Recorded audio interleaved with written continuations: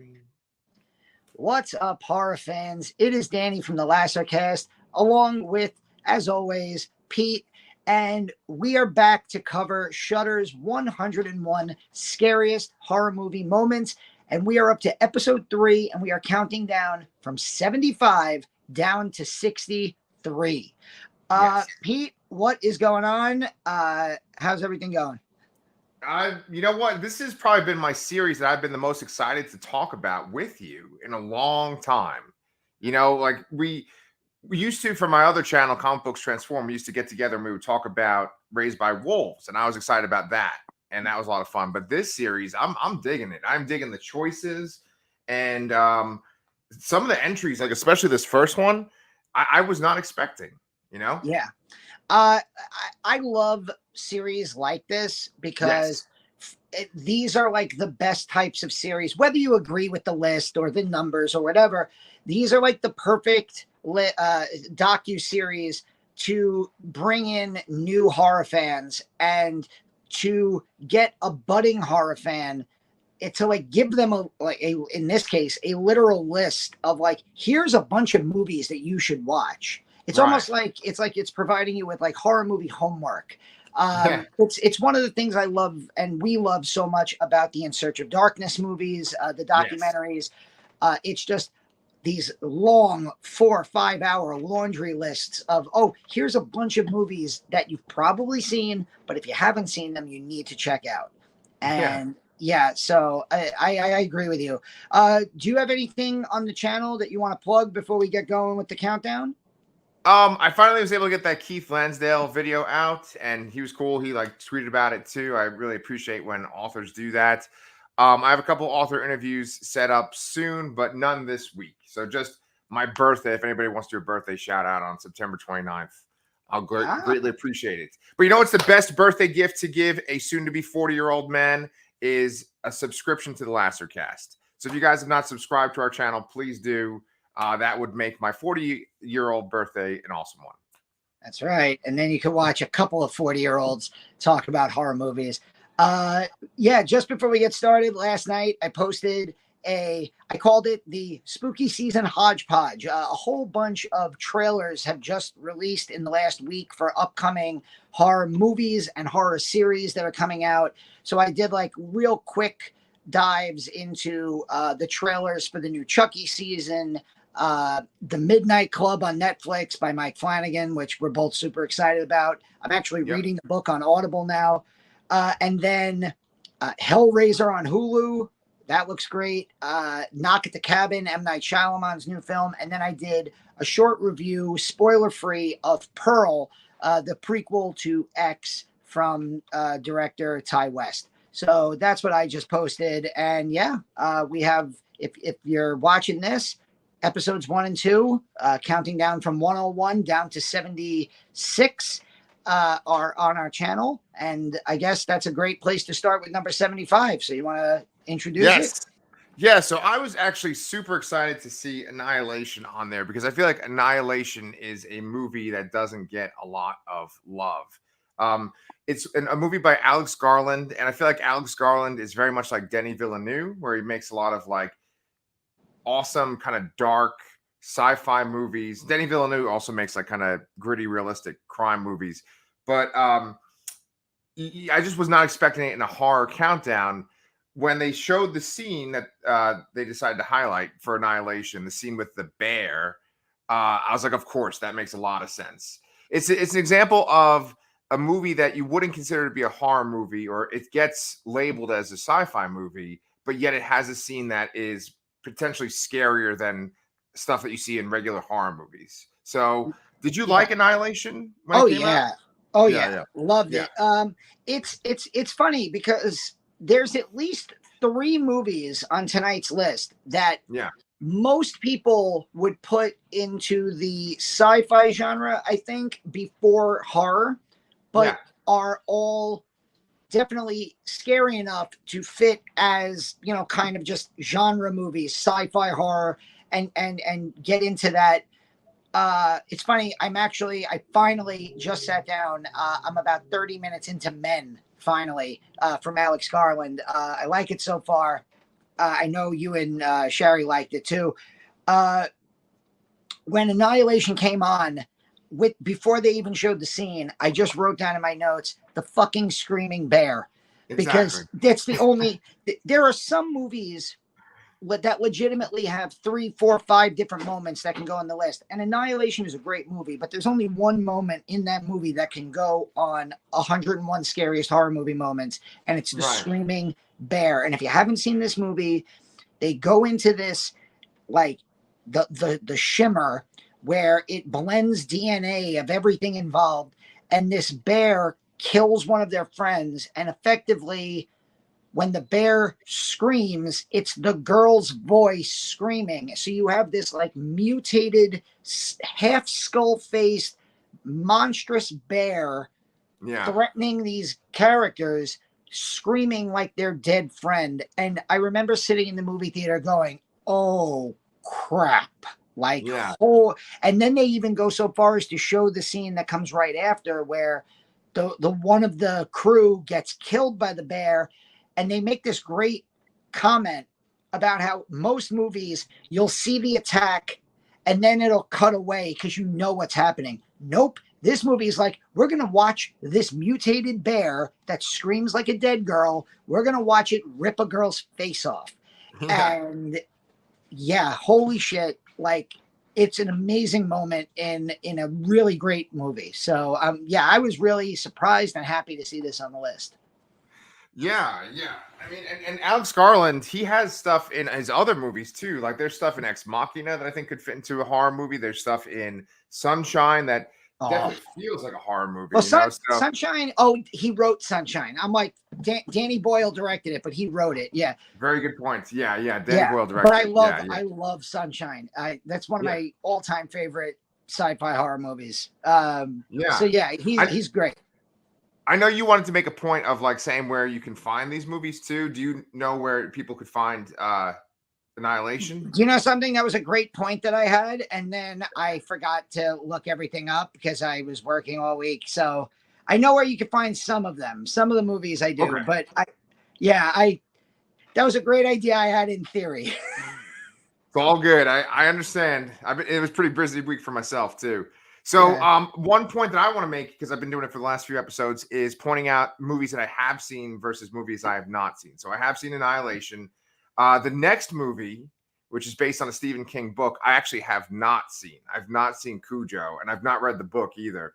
So that was number 74 on the list. And Sherry was actually kind of like listening in from the balcony while I was watching the show. And Sherry actually said that Cujo was not really that scary a movie. Do you feel that way or no? I feel like you remember the scene in Family Guy where they show Stephen King and he's like a lamp monster. Rawr. Yes. Like yes. The greatness of Stephen King is that he takes things that we see every day and he makes them into these terrifying things. So you guys have dogs. Like I have 3 cats. If you made a horror movie where the family pet turned into this giant rabid maniac, that would be kind of scary to me, especially if the dog was a massive Saint Bernard that could overpower me. I haven't seen Cujo in probably 20 years, but I remember the ending of this movie. I remember feeling like, oh my God, less scared about the dog and more just, is this mom gonna be able to save her kid? And I feel like if I watch the movie now as a parent, that's gonna be my chief concern. And that would be scary to me more than giant rabid dog. And the scene that they show is when she gets out of the car looking for the mechanic and they get attacked by Cujo and they effectively get locked in this, Ford Pinto with that doesn't start in the middle of like a blazing sunny day. And, just the makeup on like their lips to like really show how parched and how like completely, under the elements that they are. Dee Wallace has said in interviews that this is her favorite movie that she's done. and Oh that wow. this was the movie that, like, of all of her horror and sci-fi work, well, Yeah. maybe not, like, of all her horror movie work, this is like the movie that she would always go to as like her time capsule movie, and it makes Yeah. sense because it's like it's such a great performance from her. Yeah. Uh, but I mean, I don't think Cujo is top tier Stephen King, Right. but like, it's Stephen King, so middle of the road Stephen King is still good. Very good point. Yeah. So that's one of those movies that would be on HBO a lot. Cujo would be on HBO a lot. Yeah. And so I remember like seeing little bits of it, but I've never watched it all the way through. And then the next movie on the list, number 73, is a movie that's definitely been on HBO a lot. And I remember, like, for me growing up as a kid, I didn't actually see a ton of horror movies right away, but my mom would see them and then she would like tell me the whole story of them afterwards. And so one of those movies is number 73 on this list, The Fly. And she like described the whole movie of The Fly for me. I was like, oh, that sounds freaky. And so I have not seen this movie, but I have seen a lot of bits of it on HBO. And one part that I have never seen on HBO though is this arm wrestling scene. So Oh man. yeah. So my first reaction to this being the scene was kind of similar to my reaction with American Werewolf in London, where there are so many scenes in The Fly that you would probably think of way before this.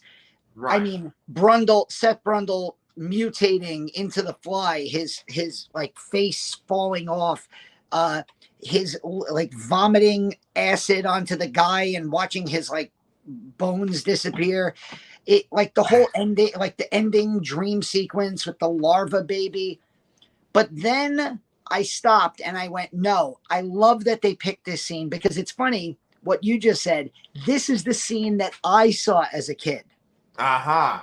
And I remember walking in, and I don't know if my parents had rented The Fly or they were watching it on TV, but I remember sitting down, watching this scene, and when that guy's bone popped through his skin, it was one of the first times that I can remember like feeling nauseous while watching a movie.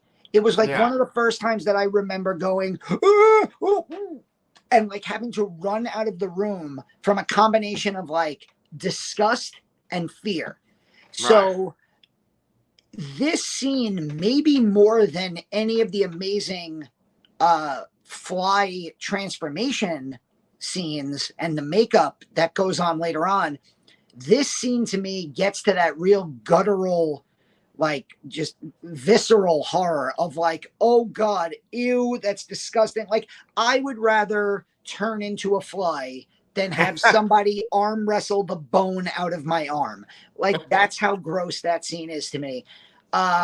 So I almost appreciate that that's the scene they picked. And of course, The Fly was one of the 80s had that string of amazing 50s sci-fi horror remakes, from The Thing to The Fly to The Blob.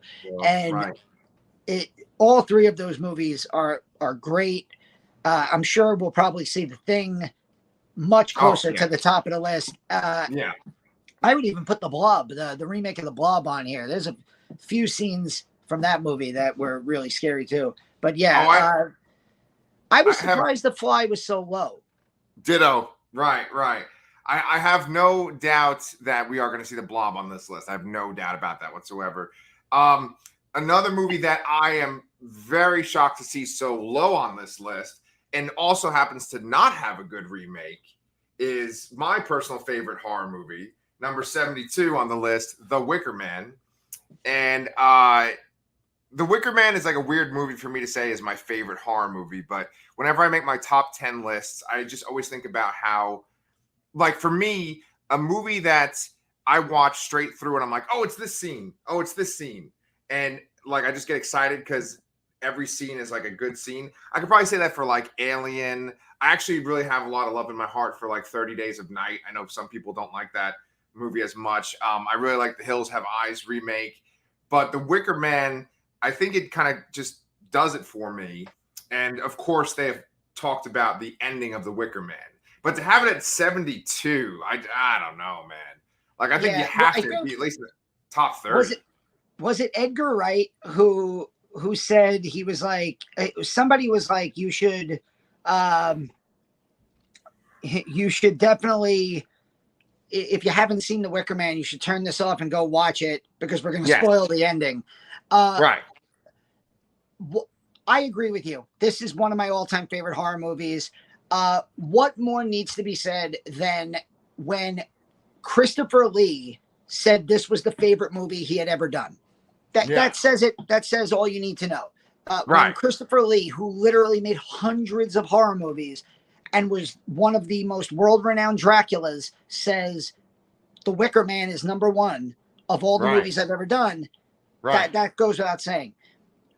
What makes this moment is the reaction. It to me, it is the greatest scene ever at capturing legitimate fear on somebody's face. Yes. And oh God, I forgot the name of the actor. Is it Edward? Why can't I remember his name? You know what? I'll look it up while you're making your point. The actor who plays the cop. Right. Lieutenant Howie.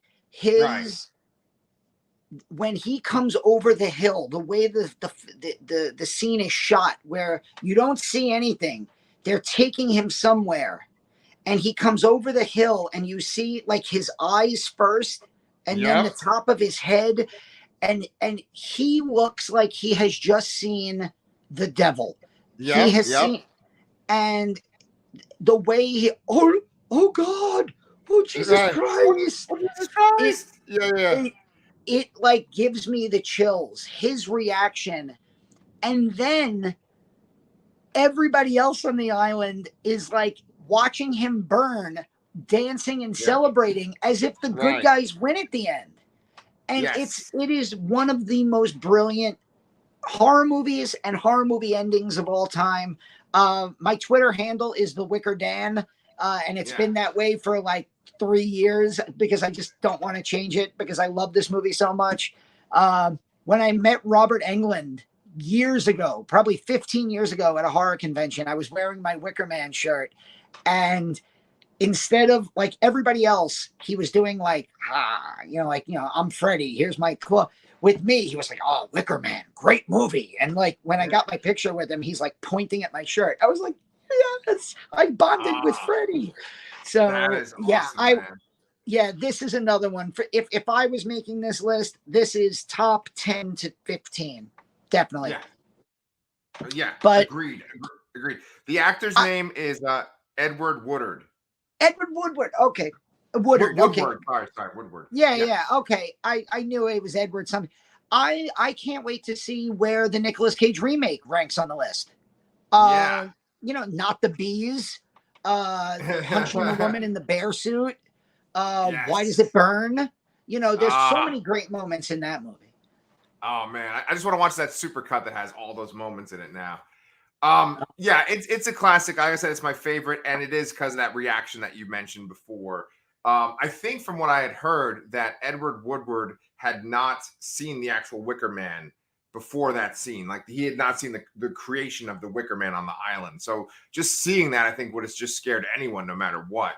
There's a lot of scenes that we've talked about so far, and that I'm sure we're going to talk about sooner or later, which are just basically like that the cast members didn't even know what to expect. I think one of the most famous ones is like Alien, right? Yeah. With the chest burster scene. But yeah, his reaction, I could just say that to some people that have seen The Wicker Man and they know exactly what oh God, oh Jesus Christ, Yeah. And it's just so classic.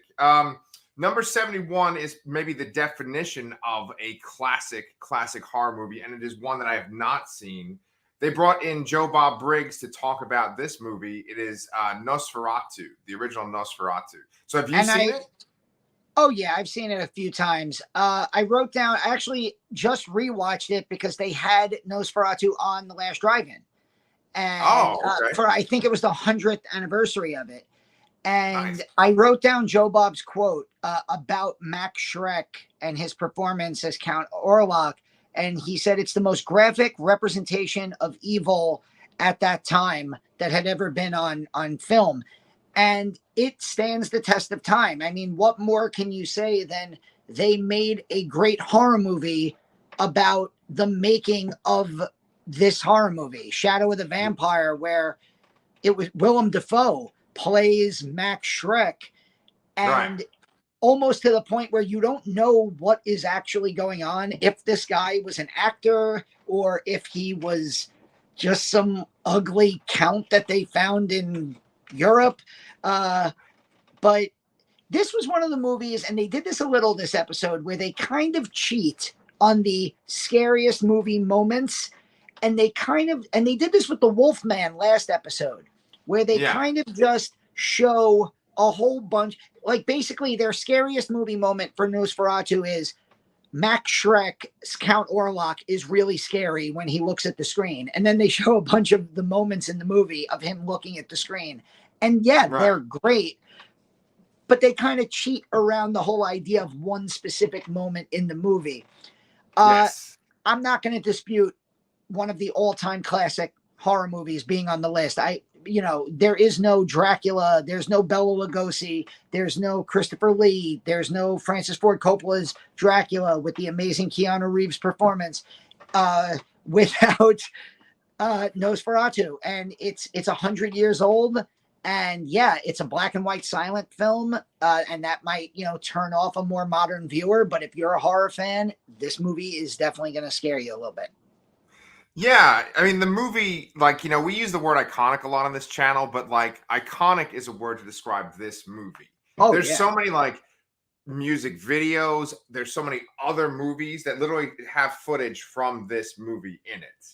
And it has influenced so many different movies altogether. It's kind of the classic Dracula, creature that you expect. It's everything is built out of this. And I think he's actually the count in this is more of what Dracula is like in the book than other versions of Dracula we've seen.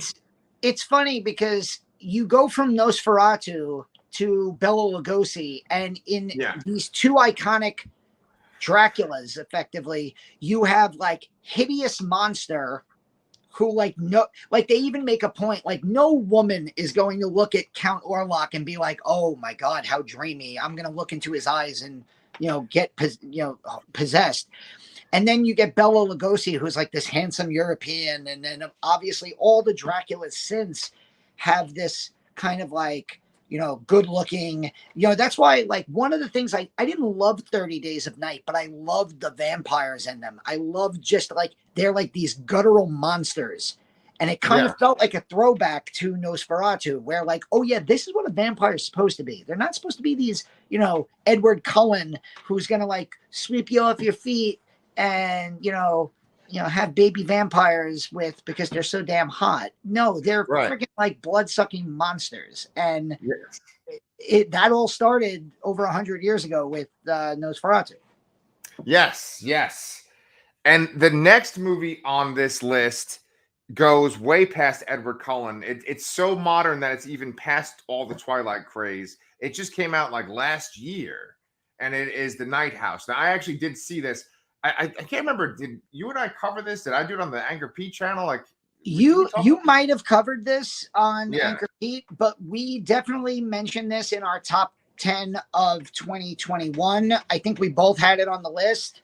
Yeah. It's directed by David Bruckner, who has the new Hellraiser movie coming out on October 7th. And it stars Rebecca Hall, who is one of the best actresses around today. And I love this movie. And I wrote down as the moment, I wrote down this was another one where they kind of showed multiple things. It's I wrote the negative space demon, how the entity in this movie just kind of shows up in the negative space in front of you, which the way they filmed that was incredible. Yeah, I agree. But then they also show the scene where she finds the bodies in the mirror house on the other side of the lake. And you're like, oh, so again, this series is kind of cheating a little bit with the movie moments, but for a movie like this, I will allow it. You know, I'll allow it. Because this is the type of movie that I don't think has like the mass appeal. Like, you're not going to see a packed house on a Friday night for an emotional, slow burn kind of ghost story type horror movie like this, as compared to, let's say, Scream 2022. Or even last night, I saw Don't Worry, Darling, and maybe it was like all the buzz around there, but like there was like a pretty decent crowd at a 10 o'clock show last night on a Friday for, this weird movie. So the Night House, when I saw it, I was one of the only people in the theater. Yeah. And this movie is creepy. Rebecca Hall's performance was fantastic. And the moments that they put on here are really, really good. And if you haven't seen it, it's well worth checking out. Yeah, it's funny because like the moment they picked, I didn't think was like that scary a moment compared to other things in the movie. And I actually remember, I think we mentioned this on our review, that there's a sequence in here that has a jump scare. And it's like one of the most unsettling jump scares because like Rebecca Hall, she goes out with her friend and she falls asleep on her friend's lap, like this other woman. And like, they're on a couch and Rebecca Hall falls asleep on her lap. And then she just wakes up to this like loud, jarring noise. And it just keeps going for like 30 seconds. And that really bothered me. Like it really shook me. And I was like, oh, okay, that's what the scene they're going to talk about. And then it just was like they found this other house and there's dead bodies in there. I guess they were going more for like just kind of disturbing and like like, oh, there's something below the surface versus something jarring. But I think you made a really good point that this isn't the kind of movie that like a ton of people are going to be super excited to go see, but this was a movie that a lot of people appreciated, especially us when we did our top 10 that year too. Now, number 69 is a movie that many, many people appreciate. And it's a movie that you and I have actually discussed probably 4 or 5 times on both of these channels, because we've covered alien stuff a lot. And we've talked about and we did full we had Brian on and we did full alien countdowns of the like franchise rankings. So we've talked a lot about the alien movies, but when it comes to great sci-fi horror movies like Alien and Aliens, I'm okay with giving a couple more minutes to it. Yes. Here's the question, though. Do you think that this face hugger scene in Aliens for number 69, do you think that that's the scariest scene in Aliens? So I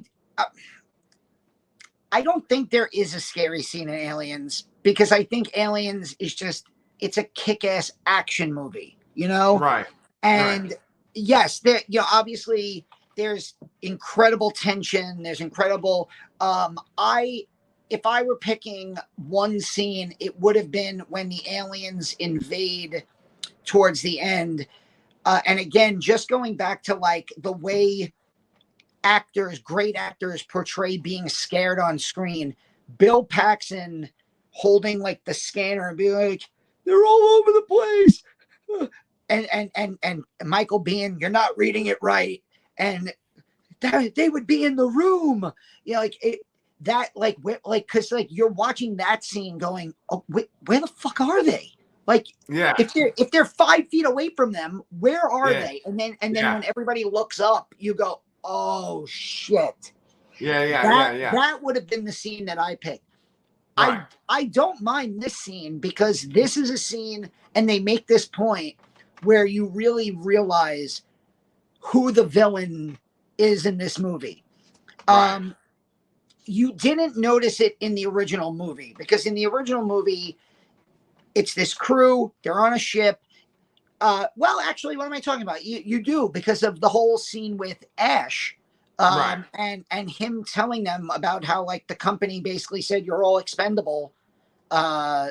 So the overarching theme of at least the first Alien movies is that the Weyland Corporation is the villain, and these aliens are just animals, and they're they're going to eat and reproduce and do what they do because that's what animals do.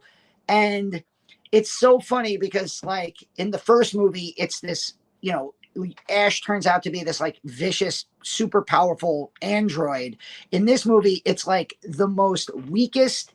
You have these big buff, space marines, and then you have Paul Reiser, and he's like the asshole that tries to kill the main character and a kid. And you're like, and there's like the scene where it goes back to him like shutting the camera off and like sitting there like, like, I hope nobody realizes that I'm the villain. So I did like it, and this scene is super duper tense, and it does show just how resourceful Ripley is.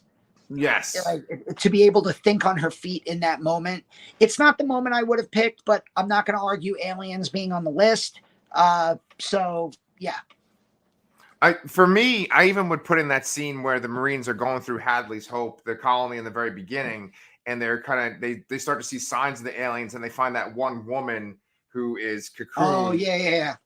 She says, "Kill me." I would put that scene maybe on there too. But yeah, any one of those three scenes, the one that you mentioned, the one that they mentioned, and this one, I think all work. And of course, I love Aliens.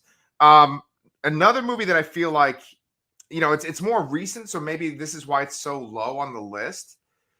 Or I guess so high. We always kind of fuck up. Is it low? Is it high? But the Babadook.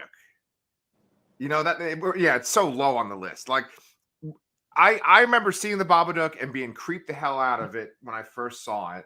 And I was like, wow, this is a really well-made film. And then for number 68, they have the scene where essentially where the Babadook first shows up, right? Yeah, like kind of creeping around the door and then scuttling around, and yeah. And for this scene, it's funny because like I really liked the movie when it came out, but then watching the scene again, I was like, holy fuck, that's like really creepy. I forgot that it was like this creepy. Yeah. They also show the scene where her son has like the freak out in the back seat. Yep. And again, this movie came out, I think, in 2014. So yes. we were both parents by that point, and I feel like this movie hits very differently for parents. And I kind of hate that this movie and like that kid, it's like, oh, the real horror of this movie is having a kid that acts like that. But like, if that's your take on it, you didn't really get the movie. It's not like the movie Problem Child. Like, this is a kid whose mother effectively like is raising him out of obligation more than love. Right. And he's obviously a kid in need. And now you have this like entity, this almost demonic style entity coming into the picture. This movie creeped the hell out of me, and it made me feel like bad. Like it really makes you feel for just every character in the movie. Good point. And Jennifer Kent, the director, she like her follow-up to this was a movie called The Nightingale, which was effectively a period piece rape revenge movie. And it's brutal. I mean, it's great, but it's a brutal movie where terrible things happen to good people, and there's just no positivity in it. And I'm like, damn, this woman is so dark. Like, but yeah, I feel like the Babadook kind of took horror fans by storm when it came out. It was so low budget. It was so, it was such an interesting looking creature. Yes. And the way it sounded, those like, it really just kind of like it gives you the goosebumps. And I kind of thought this would be a little bit lower just because of how, like, when that movie came out, it was like jumping to the top of like everyone's list. Exactly. So I kind of like the way that they've worked in a bunch of more modern films, like even the ones that we've like so far. Just today, we've talked about Annihilation, The Night House, and now The Babadook. Yes. And there's at least one more movie that we'll talk about that have come out within the last, I would say, 5 to 10 years. And I like that they're showing like that appreciation, because there's been so much great modern horror. We talked about Dr. Sleep on last week's episode. That was 2019 also. And so I like that they're mixing in like something that came out just a few years ago with something like Nosferatu, which is one of the first horror movies ever made, Right. So I like the list has some good fluidity to it. Yeah, and with that all-encompassing nature, then you have movies that even the commentators kind of seemed uncomfortable to talk about. Like, I feel like they didn't want to really talk about it. And that's number 67, The Last House on the Left. And I've seen this movie once. I remember watching it and kind of feeling like, oh, it has some kind of redeeming value. But I saw it like maybe 14 years ago or so. And now watching the clips where they talk about it, I'm like, oh, did I watch this? I don't know. Like, that's one aspect of horror I've never enjoyed. And I know that there's some people that like love this kind of shit where they're like, yeah, look how fucking brutal and nasty this is. And like, I just have never gotten into that part. I don't like watching people get tortured. If it's in a good movie where it makes sense and it's like, there's some kind of emotional payoff, sure. But if it's just torture for the sake of gratuity, I don't like that. Yeah, and rape revenge as a subgenre is a tough subgenre to enjoy. Like, you can't enjoy it, and if you do, like, probably seek some type of help. My favorite rape revenge movie is actually the movie Revenge that came out a few years ago, and that was done by a female filmmaker, and it's just so super stylized and so incredibly colorful and just out there. The rape revenge movies are not movies that like you watch and then you're like, I need to rewatch that. Like, it's not like, the great horror movies that we love, we'll just sit back and watch over and over again. We just talked about Aliens. We'll watch Aliens 5 times a year and never get bored of it. Nobody who saw Last House on the Left back in the late 70s is thinking to themselves, what I haven't seen in a while that I could really enjoy? Last House on the Left. And it's funny because you mentioned the people who spoke about it seemed genuinely uncomfortable. And I think Joe Bob was actually one of them too. And it's like, if you can make Joe Bob feel uncomfortable, like, Jesus Christ. And this was Wes Craven. Like, Wes Craven's early films are dark and bleak as shit. And they were criticized for really not having redeeming value. He did this, and then he did the original Hills Have Eyes, both of which have extended rape sequences, lots of torture, lots of murdering of the innocent. And yeah, there is revenge that comes later, but it's like you have to sit through a lot to get to that. And it's like by the time 1984 rolled around, you're like, oh, thank God, he just came up with a dream demon who kills people with his razor glove. But I saw Last House on the Left. I have no interest in ever rewatching it. To me, this movie is it's 1A and 1B. It's like this and I Spit on Your Grave, the original I Spit on Your Grave. That's a movie I've never seen. And I keep telling myself, maybe I should see it because it's so controversial. It's so, I don't want to say classic, but it's a known entity. And then it's just like, why do I want to watch that? I just don't want to watch it. So, I mean, and the scene, we haven't even really mentioned it, but it's the rape double murder scene where the 2 girls are basically taken out into a swamp by these trio of savages and they're stabbed. And then the one girl just is like, all right, well, you're going to kill me. So I'm going to wade out into the water. And then she gets shot and eventually, drowns. And it's awful. It's nothing that you want. I have shown Charlotte The Exorcist. Yeah. There's no need for me to start showing her late 70s, early 80s rape revenge movies. That's not a category of film that I'm going to be if there's a line that I have with the movies I show her, that's pretty much the line. Like Jason, Friday the 13th, a little bit of nudity, lots of machetes to the face, no problem. But like Last House on the Left, why? Yeah. Nothing good can come from that. Yeah. Yeah. Really good point. And, for people that are watching this too, we love your comments. And I'd actually like to know, have you guys seen The Last House on the Left? How do you feel about it? And how do you guys feel about the rest of the movies that we've talked about so far? And this next movie, I don't even know if I had even heard about it yet before. Have you seen Terrified? Yeah. This movie's on Shudder, and Okay. it was Argentinian.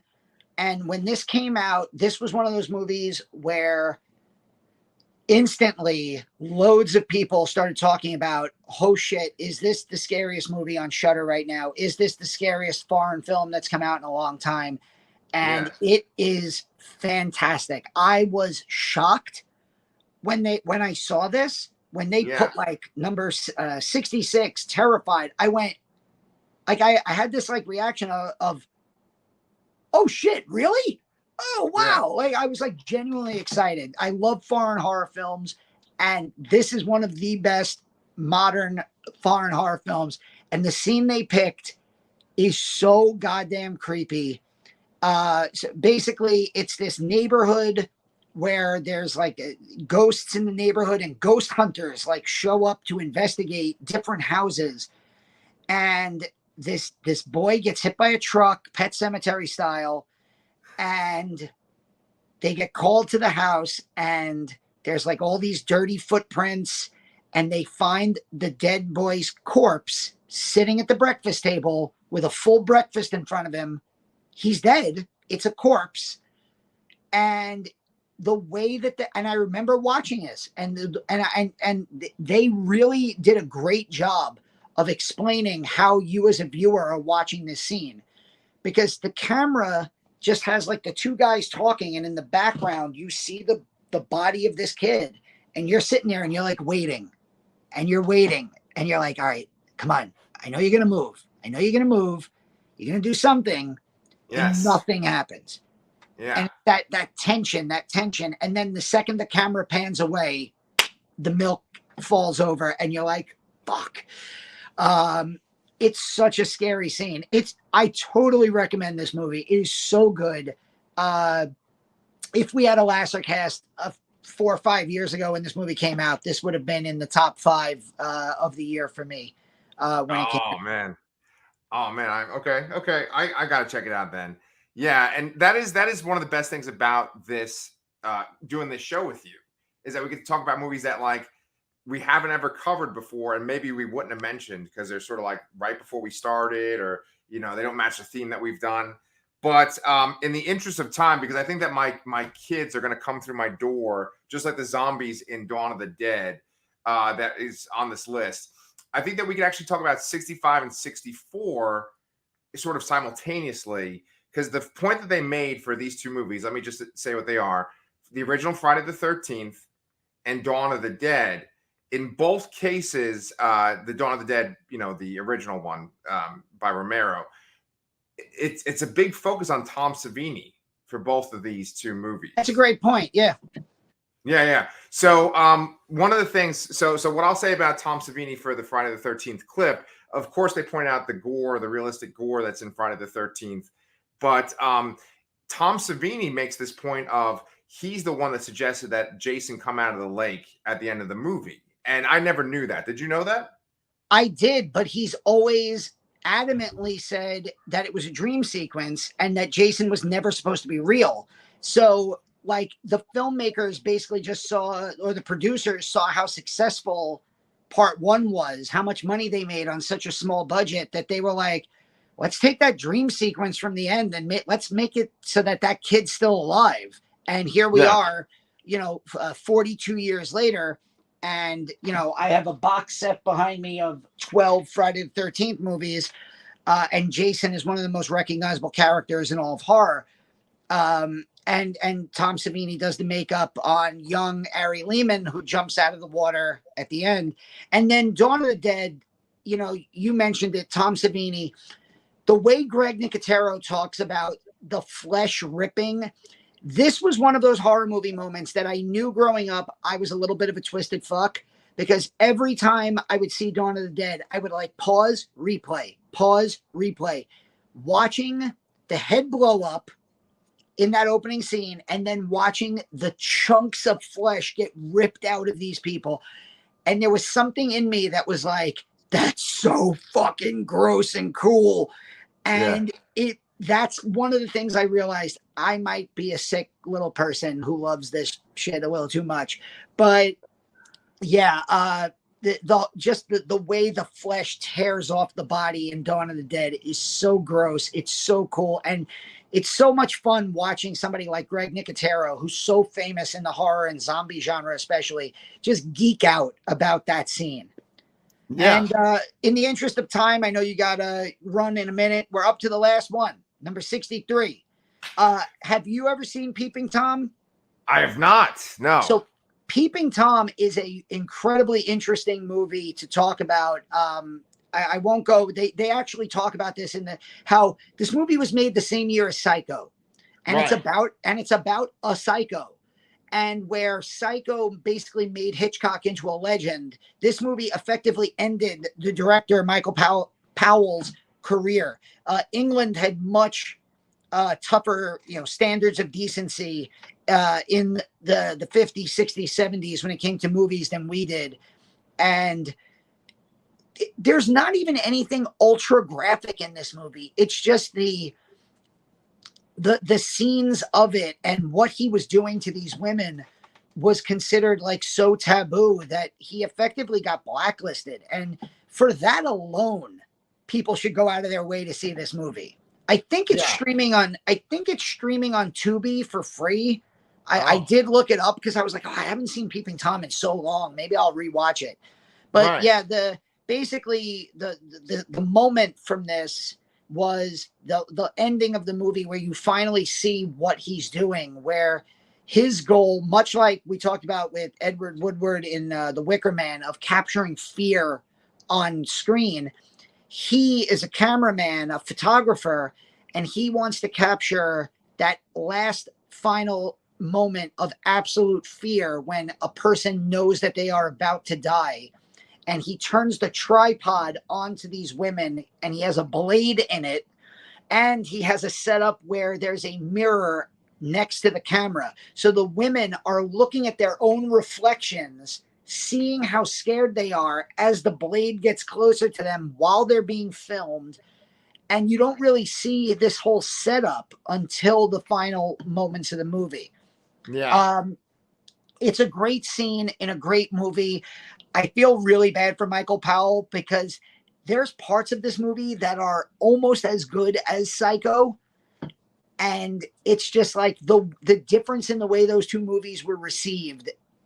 It's almost like E.T. and The Thing, where obviously they're not similar at all. They're about aliens, and they both came out in 1982. But E.T. was nominated for Best Picture. It basically confirmed that Spielberg was the great director of the time, having now done, Jaws, Close Encounters, Raiders of the Lost Ark, E.T. in like a 7-year span.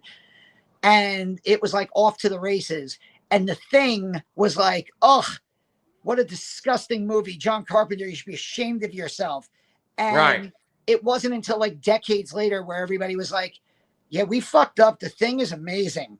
And I feel like, a show like this might help kind of, Michael Powell's reputation kind of if people go out of their way to watch this, which they should. It's a great horror film, and it didn't deserve the guy to basically lose his career over. I mean, we talked about Last House on the Left. That could have ended Wes Craven's career if people were like, oh, this guy, he did that smut, but in America, apparently the standards of deviance are a little bit, more lenient than they were in England. So yeah, it's so funny that you say that, because one of my favorite movies from last year was about that exact subject. It was that movie Censor, which had actress that was also that actress that was also in Raised by Wolves that we love so much too. But with this movie, I'd never seen it. And it's once again another movie that Edgar Wright talked about a little bit, because Edgar Wright, I think he probably was influenced when he made Last Night in Soho by a movie like this too. And when they were showing Michael Powell's career and they were talking about how this movie essentially ended it, they showed The Red Shoes, which is a movie that he made. And that's actually my mom's favorite movie. And I went to go see it with her in this old movie theater in yeah. And in that old movie theater, coincidentally, me and my family, we saw Rear Window, another Hitchcock. They always show Hitchcock movies in this theater, the Paramount. Yeah. But the reason why I bring up The Red Shoes is just because there's movies from that time period that this movie was made, and they have a very distinct look. And I feel like there's such an influence on the horror movies that we watch and that we talk about.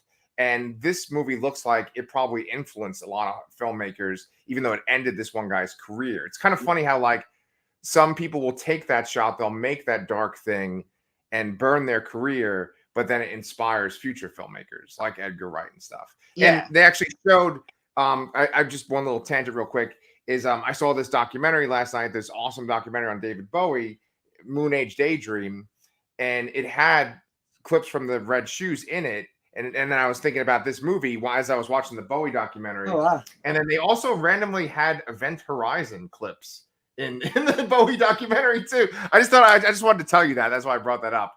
Event Horizon will definitely fucking be on this list. I hope so, because that's one of the movies that genuinely scared me. Like, it takes a lot, but that one does. So, yeah.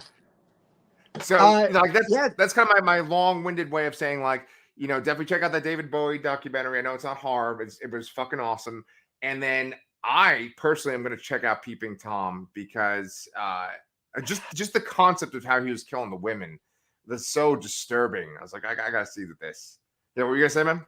Oh, no, I was just going to say, like, I can't wait. Like, you said it at the beginning, like this show is, like, I've literally kept on one string of notepad. It's like from 101, and I'm just counting them down. And I just love talking about this stuff with you and counting these movies down. And I can't wait until next Wednesday when we get episode 4, and we probably get, I would say, 62, probably to 50. So we'll be near the top 50 soon. Yes. Yeah. So I can't wait. I think the list has been pretty good so far. And I can't wait to see what they put and where they put them. Exactly. And, so by next week, we're going to get to the halfway point. And next week, we will already be in October, the month for people like us on the Lasso Cast. So, like I said before, you guys haven't subscribed, please do. We have this show coming out every week. Danny puts out a ton of content on the channel, like probably 2 or 3 videos per week. Yeah. Yeah. And like the video I did yesterday, there is so much great horror coming. There's so much great horror in the theaters right now. Like, you can go to the movies right now and see Pearl, Barbarian, The Invitation, even Don't Worry, Darling has some horror elements in it. I didn't particularly love it, but if you're in the mood for that. And then there's so much more coming. Hellraiser, Chucky season 2, more Mike Flanagan's new series. What happened? Smile. So I just bought tickets. Tuesday night, they're doing a special screening at the theater by my house for Smile at 7:30. So I bought tickets. I'm going to go try to see that. And I'll post a review of that Tuesday evening when I get home. Spoiler free. But the advanced word on that has been tremendous, because like when I first saw the preview to Smile, I thought this is going to be like Ouija and Truth or Dare, just a real simple cash grab horror movie that, it's going to draw in like a teen crowd for 1 week, make its money back, and disappear. And now we're getting like, what wasn't it like C. Robert Cargill tweeted about it? Right. And this is a guy whose movies are going to be on this countdown. Sinister, definitely, you know, one of my favorite horror films of this year, The Black Phone. He Right. wrote, if he's telling us that Smile, a movie that, again, when I saw the preview, I thought to myself, this is going to be like a cash grab. If he's telling us that it's great and it's scary, I'm there. So I can't wait. And a lot of my students and a lot of the kids in my horror movie club at work have been talking about it and very excited. Which also reminds me, tomorrow, Sunday, my theater is doing 40th anniversary screenings of Poltergeist. Nice. So I'm probably going to go see that, and then I'll probably come on and do a little review. Charlotte would 100%, and even Athena. We had talked about wanting to go see that together, kind of as a family, because we all love it. And unfortunately, most of my family is tied up with COVID right now, so I'll probably be going by myself. But yeah, Poltergeist is going to be in theaters for 40th anniversary screenings. Smile is coming out, and then there's so much great. 2022, I'm convinced, is going to be a year we look back on a decade from now and go, man, what a great freaking year for horror. Holy shit. Like, we might have to do a top 15 this year instead of top 10. Yeah. Well, you mentioned C. Robert Cargill, and he said that 2022 might be another 1982 for horror this year. Yep. So, yeah. Well, as always, it is a pleasure talking about this stuff with you, and I will see you in 1 week to talk about episode. Before we go, I just want to yell a very loud happy birthday to Tony from Ghost Girl Greetings. It's her birthday weekend. And just wanted to wish her a happy birthday. She's been on our channel, a couple different times, and we love the Ghost Girls. So I just want to throw out a happy birthday to her.